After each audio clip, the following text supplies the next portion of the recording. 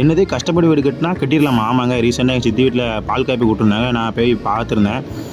Light செட்டப்லாம் சூப்பராக இருந்துச்சுங்க. அதுக்கடுத்து மாடியிலே போய் பார்ப்போம்னு சொல்லி மாடியிலே பார்த்தா 2 பெட்ரூமும் அட்டாச் பாத்ரூமோட இருந்துச்சு. நான் 2 பெட்ரூமையும் அட்டாச் பாத்ரூமையும் எடுத்துகிட்டு அதுக்கடுத்து தனியாக ஒரு ரூம் இருக்கேன் போய் பார்த்தா தனியாக ஒரு ரூம் சும்மா கட்டி வச்சுருக்காங்க. அதுவும் சம்மன் இருந்துச்சு, சிறப்பாக இருந்துச்சு. அதுக்கடுத்து 2 பாத்ரூமு 2 பெட்ரூமையும் எடுத்துகிட்டு பால்கனிலே பார்த்தா பால்கனியில் எங்கள் வீடு தெரிஞ்சிச்சு. அதான் எங்கள் வீடு கொஞ்சம் காமிச்சிட்டு அதுக்கடுத்து டேப்பை போய் எலக்ட்ரிக்கலே பார்த்தா பெரிய கூத்து பண்ணி விட்டான். டேப்பே வைக்காமல் அடிக்காமல் விட்டுருக்கான். ஐயோ சொல்லிட்டு அதுக்கடுத்து அக்குளோட போட்டுருந்தார் தாத்தா. உடனே அக்குளோடையே போய் எடுத்து ஒரு கடிச்சு ஆட்டு பார்த்தா சூப்பராக இருந்துச்சு. அதுக்கடுத்து வேறு சின்ன வேலை பார்த்துட்டு ஒரு பையன் நின்றுருந்தான். சப்ஸ்கிரைப் பண்ணியா கேட்டேன், சப்ஸ்கிரைப் பண்ணிட்டேன்னு சொன்னான். அதுக்கடுத்து நானும் இட்லி வடை கேசரி எல்லாத்தையும் எடுத்து ஒரு வாய் வச்சு பார்த்தேன் பாருங்கள்.